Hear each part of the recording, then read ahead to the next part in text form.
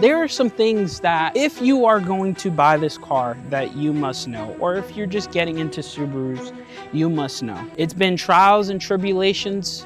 It's been embarrassing. It's been scary. It's been fun. I wouldn't trade it for the world. You know, I owned this car since 2019. I've watched many videos about this car before I even got it. It did not prepare me for what 7 years of ownership had to offer. Everyone tells you about head gaskets. Honestly, that's one of the reasons why I did not buy an STI. I should have bought an STI, but we'll get to that later. Everyone says, oh man, you're gonna blow the head gaskets. There's head gaskets raining from the sky.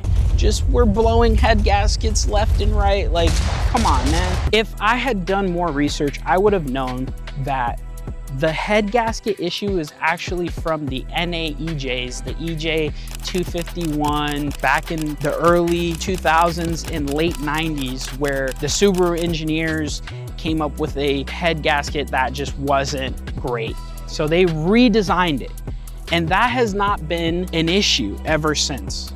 Like, no one has had head gasket problems like that at all.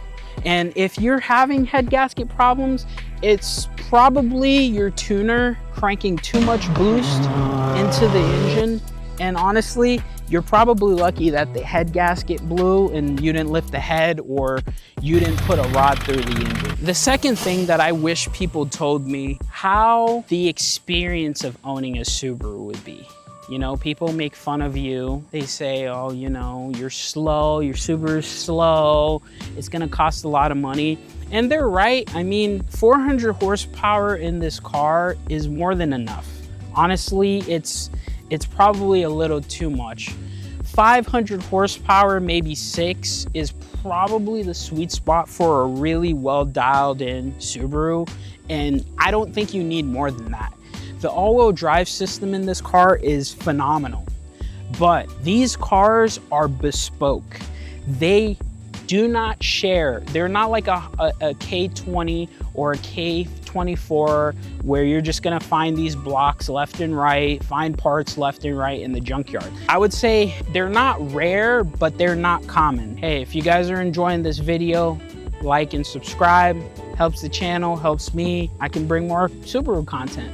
It's expensive. And because of the symmetrical all-wheel drive system and the engine being symmetrical, you literally pay for double. Whenever something goes wrong, you end up just throwing out money. Like your wallet, just throw it in the air and shoot it. Like, it doesn't even make sense.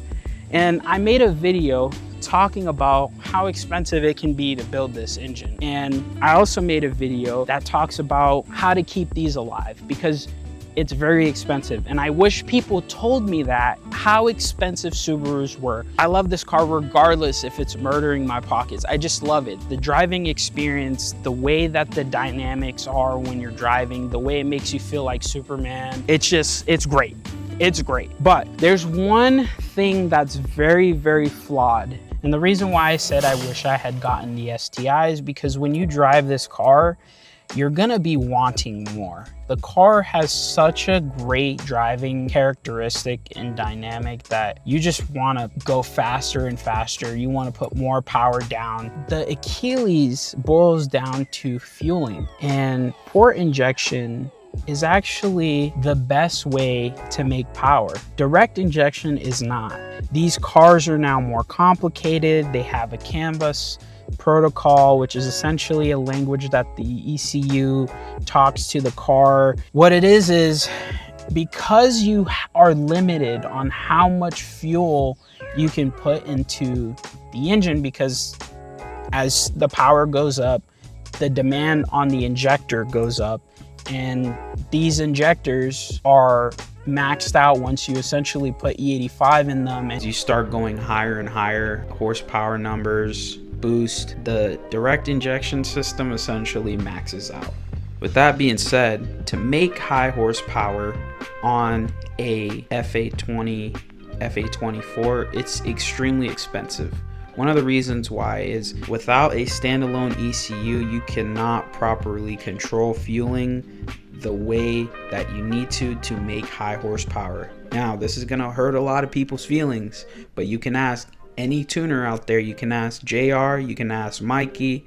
They're gonna tell you the same thing I'm telling you right now. To make high horsepower on the F820 and F824, you are going to need a standalone ECU. And now Motec ECU is not cheap. It's about $7 grand. I mean, despite the fact it being a plug and play, there's a lot of back end stuff that you're gonna have to do. Some tuners don't tune on aftermarket ECUs. Some tuners are only Cobb licensed and certified, so that's something to consider. Or you just suffer like the rest of us and just enjoy your 400, 450 or 500 horsepower WRX. But I really wish I had the STI, because I would be banging gears and I know I would have a reliable drivetrain. And lastly, this is probably the most embarrassing thing, and I really wish somebody had told me this, because I may have chose differently, but when you own a Subaru, you rarely sell it. Those who have mustered up the courage to finally sell their Subaru, I envy you, because I am in love with this car. And it's like a bad relationship. I can't get rid of it, man. Like, no matter what, I just can't get rid of it. So much so that I bought a second one.